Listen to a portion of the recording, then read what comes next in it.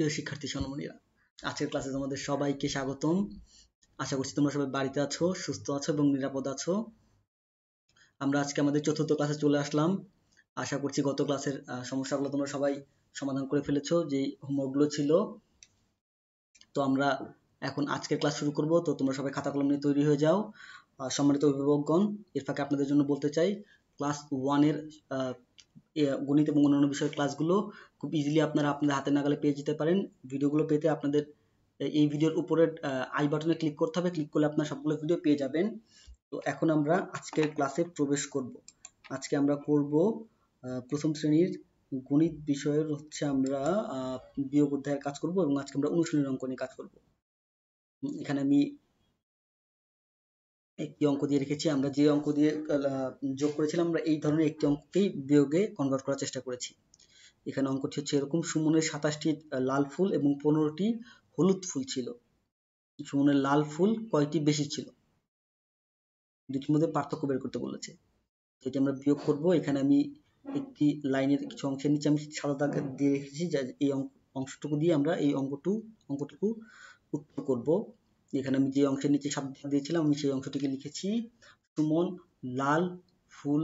সুমনের লাল ফুল বেশি ছিল। সমান সমান দিয়ে আমি সংখ্যা দুটোকে বিয়োগ দিয়েছি, 27 বিয়োগ 15। এখন আমরা গণনা কার্যটা দেখব। 27 থেকে আমি 15কে বাদ দিব, 7 থেকে 5কে বাদ দিলে থাকবে 2, আমি 2 লিখে ফেলেছি। এখানে আমি 2 থেকে 1কে বাদ দিলে থাকবে আমার 1, আমি 1 লিখলাম। তো আমার উত্তর হলো 12। আমি আবারও আগের লাইনে ফেরত যাচ্ছি। সুমনের লাল ফুল বেশি ছিল সমান সমান 27 বিয়োগ 15, আর উত্তরটি হচ্ছে আমরা গণনা কার্য করে দেখলাম যেটি ছিল এটি হচ্ছে 12। আমরা উত্তরটি লিখে ফেললাম।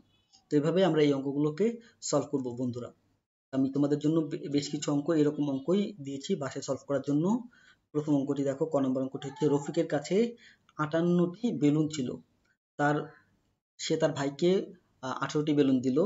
এখন তার কাছে কয়টি বেলুন রইল? যেহেতু তার কাছে বেলুন ছিল এবং সে তার ভাইকে দিয়ে দিল বেলুনগুলো, ফলে তার বেলুনগুলো কমে যাবে, জন্য এখানে বিয়োগ কার্য করতে হবে। এরপরে খ নম্বর অঙ্ক: তোমার বাবার কাছে 150 টাকা ছিল, বাবা তোমাকে 10 টাকা দিল। তোমার বাবার কাছে কত টাকা রইল? বাবার কাছে টাকা ছিল, তোমাকে দিলে টাকা কিছুটা কমবে, সেজন্য এটাকে বিয়োগ করতে হবে বন্ধুরা।